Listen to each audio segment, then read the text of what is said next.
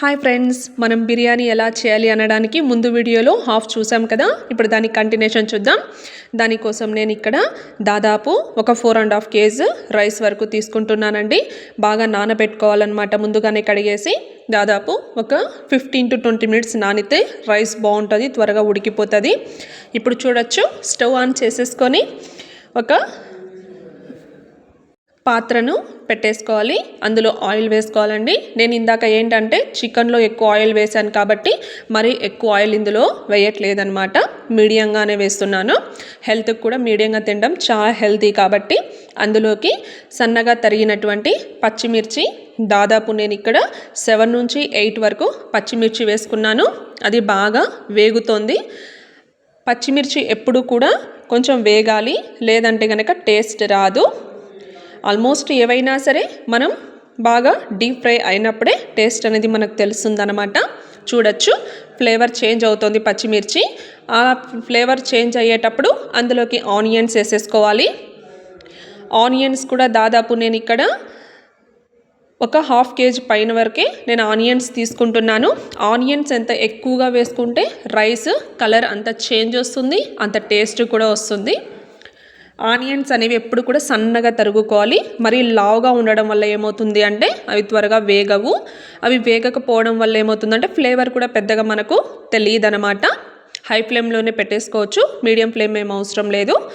Onions మనకు quantity ఎంత కావాలి అని చూసుకొని వేసుకోవాలి.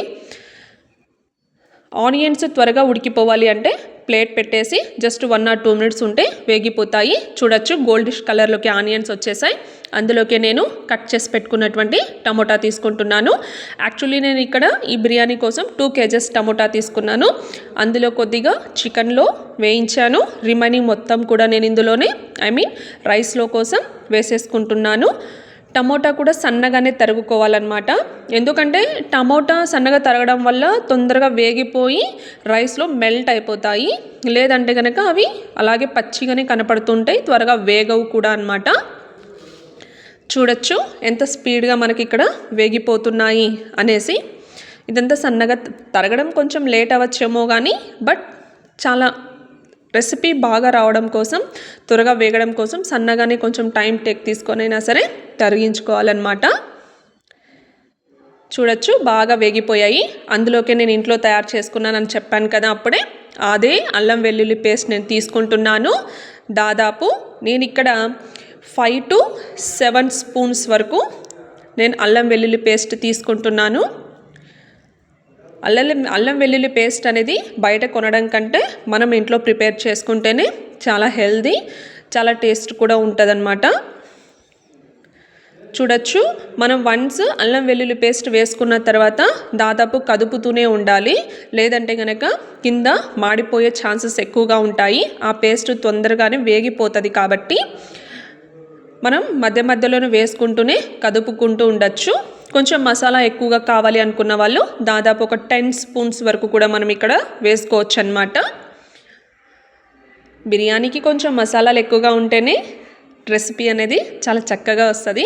చూడొచ్చు, ఆయిల్ అంతా సపరేట్ అయిపోయింది. ఆ పేస్ట్ మొత్తం కూడా ముద్దలాగా సపరేట్ అయిపోయింది కదా. ఇలా అయిపోయినప్పుడు చిల్లీ పౌడర్ అంటే ఎండుమిర్చి అన్నమాట.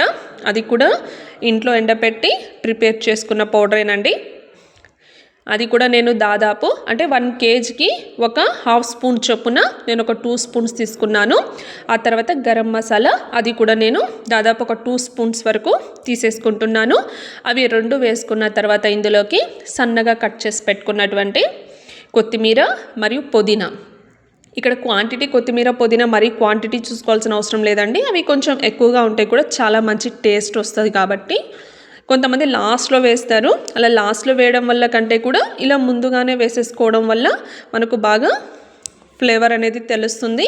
ఇవి బాగా వేగిపోతాయి కాబట్టి ఇలా అన్నీ వేసుకున్న తర్వాత ఒకసారి చక్కగా కలిపేసుకోవాలి. కాకపోతే ఇక్కడ మాడిపోకుండా చూసుకోవాలండి. అది కనుక మాడిపోయింది అంటే బాగోదు, మళ్ళీ తినడానికి ఆ స్మెల్ అనేది అలాగే ఉండిపోతుంది అన్నమాట. ఆ పాత్ర మాడిపోయిందంటే నెక్స్ట్ మనం రైస్ వేసిన తర్వాత కూడా అలాగే మాడిపోతూ వస్తుంది. ఇలా మాడిపోకుండా మెల్లగా చూసుకోవాలి. ఇంకా వేగిపోయింది అన్నప్పుడు మనం వాటర్ తీసేసుకోవాలి. మామూలుగా 1 kg రైస్ మనం తీసుకుంటే నేను ఇందాక చూపించాను కదా, దాంతో దగ్గర ఒక 1.5 వరకు కూడా వాటర్ క్వాంటిటీ తీసుకుంటే సరిపోతుంది. ఇలా నేను తీసుకున్న రైస్ మొత్తానికి సరిపడా వాటర్ అనేటటువంటిది మొత్తం నేను ఇక్కడ వేసేసుకుంటున్నాను కొలుచుకొని. వాటర్ మరీ ఎక్కువ వేయకూడదండి, కొలుచుకొని ముందుగానే పక్కన పెట్టేసుకోవాలి. అలా కాకుండా ఎక్కువగా వేయడం వల్ల ఏమవుతుంది అంటే రైస్ అనేవి త్వరగా ఉడికిపోతాయి. దాంతోపాటే క్వాంటిటీ కూడా ఇక్కడ ఉప్పు కూడా చూసుకోవాలి. 1.5 kg రైస్ కనుక మనం తీసుకుంటున్నట్లయితే మన చేతి పిడికిలంతా రాళ్ళ ఉప్పు అనేది సరిపోతుంది ఇక్కడ క్వాంటిటీ అనేది.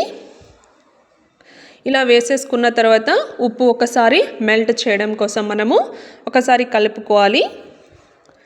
మొత్తం కలిపేసుకున్న తర్వాత ప్లేట్ పెట్టేసుకుంటే సరిపోతుంది. ఆలోపు మనం మొత్తం ఏం చేయాలంటే మనం నానబెట్టుకున్నటువంటి వాటర్ ఏదైతే ఉందో బియ్యం, ఆ వాటర్ అంతా తీసేసేయాలి. ముందుగా తీయకూడదు, చివర్లో తీసుకోవాలి. ఇక్కడ చూడొచ్చు ఎసురు పెట్టుకున్నాం కదా, అది బాగా వేగిపోయిందనమాట. ముందుగా వేయకూడదు. ఇలా ఎసురు వేగిపోయింది అన్నప్పుడు వేయడం వల్ల ఏమవుతుందంటే రైస్ తొందరగా మనకు ఉడికే అవకాశాలు ఉంటాయి. వేగింది అనగానే వాటర్ మొత్తం తీసేసి రైస్ని మాత్రమే మనము అందులో వేసేసుకోవాలి. అలా మొత్తం రైస్ వేసుకున్న తర్వాత ఎక్కువసార్లు కలపకూడదు. చూడొచ్చు మెల్లగా, అంటే రైస్ పగిలిపోకుండా ఉండడం కోసం పెద్ద గరిటె తీసుకొని మెల్లగా ఒకసారి మనం ఇలాగా మొత్తం కలిపేసుకోవాలి.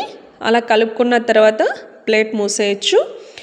ఇలా రైస్ వేసిన తర్వాత హై ఫ్లేమ్లో పెట్టుకొని దాదాపు ఒక 15 నిమిషాలు లేదా 20 నిమిషాల లోపు వరకు మధ్యలో ప్లేట్ తీస్తూ మళ్ళీ పెట్టేసుకోవాలి.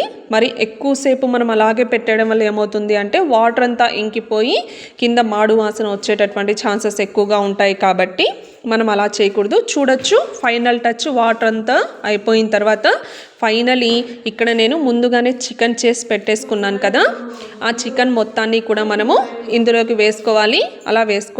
అలా వేసేసుకున్న తర్వాత లాస్ట్లో ఇంకా 5 మినిట్స్లో మనం దించేస్తాం రైస్ అన్నప్పుడు ఆ మొత్తం చికెన్ పీసెస్ ఇలా వేసుకోవడం వల్ల ఏమవుతుంది అంటే ఆ చికెన్ ముక్కలకు ఉన్నటువంటి ఆ మసాలా ఏదైతే ఉందో అవన్నీ అలాగే ఉంటుందన్నమాట. తినడానికి చాలా స్పైసీగా టేస్టీగా అనిపిస్తుంది.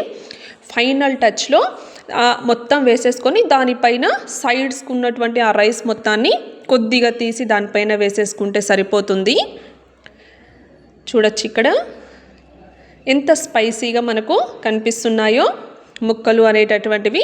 మనం ఇందులోకి ఎలాంటి పచ్చడి లాంటివి లేకపోయినా కూడా, కర్రీస్ లేకపోయినా కూడా ఈ ముక్కలతోనే రైస్ కలుపుకొని తినడానికి సరిపోయేటటువంటి విధంగా ఉంటుందన్నమాట.